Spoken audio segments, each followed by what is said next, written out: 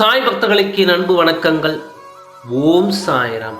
என் அன்பு குழந்தையே, சில தருணங்களில் உன் கண்களில் இருந்து வரும் கண்ணீர் எதுக்கு என காரணங்களும் அர்த்தங்களும் உனக்கே தெரியவதில்லை.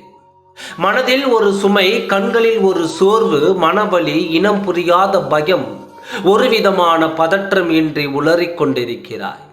நிம்மதி என்ற சொல்லை கூட மறந்து போகும் நிலை. முதலில் உன் கடந்த காலத்தை தீயில் போட்டு எரித்துவிடு.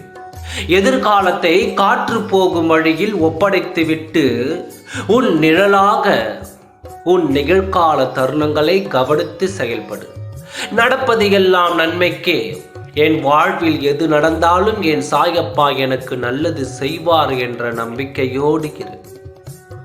உன் உடமையும் உள்ளத்தையும் ரணப்படுத்தும் விஷயங்களை நான் விரட்டி அடிப்பேன். என் வார்த்தைகளை உயிர் மூச்சாய் எடுத்து அதை கடைப்பிடித்து நடக்கும் உனக்கு எல்லாம் நல்லதே நடக்கும். வாழ்க்கையில் போராடி தோற்பது என்பது அவமானம் இல்லை. வெற்றியை விட உனக்கு கிடைத்த மிகப்பெரிய பரிசு அனுபவம்தான். அந்த அனுபவத்தில்தான் வாழ்க்கையில் உன்னால் வாழ முடியும். அதன் பிறகுதான் உண்மையான வாழ்க்கையின் அர்த்தத்தை நீ உணர்வாய். வாழ்க்கையில் சிக்கல்கள் வந்தால் நீ போராடு. போராட்டத்தை பார்த்து பயந்து ஓடாதே. போராடாமலேயே வாழ்க்கை கடினம் என்று சொல்லாதே. பிறகு உன் வாழ்க்கையில் எல்லாம் கடினமாகத்தான் தோன்றும். ஒன்றை தெளிவாக புரிந்து கொள்.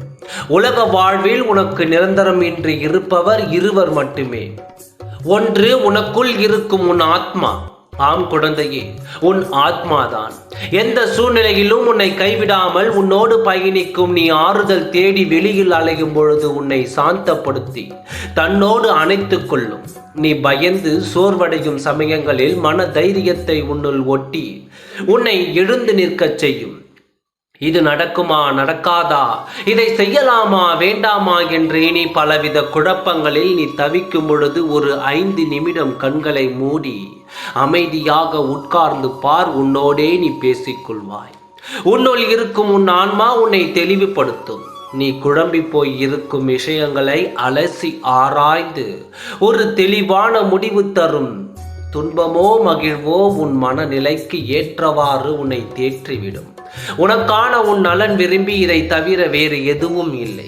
உனக்கான ஆறுதலையும் உன் துணையையும் வேறு எங்கேயும் வெளியில் தேடாதே. உன் ஆத்மாவின் துணையை கொண்டாட பழகு. இதுவே உன் வாழ்வில் முதல் நிரந்தரம்.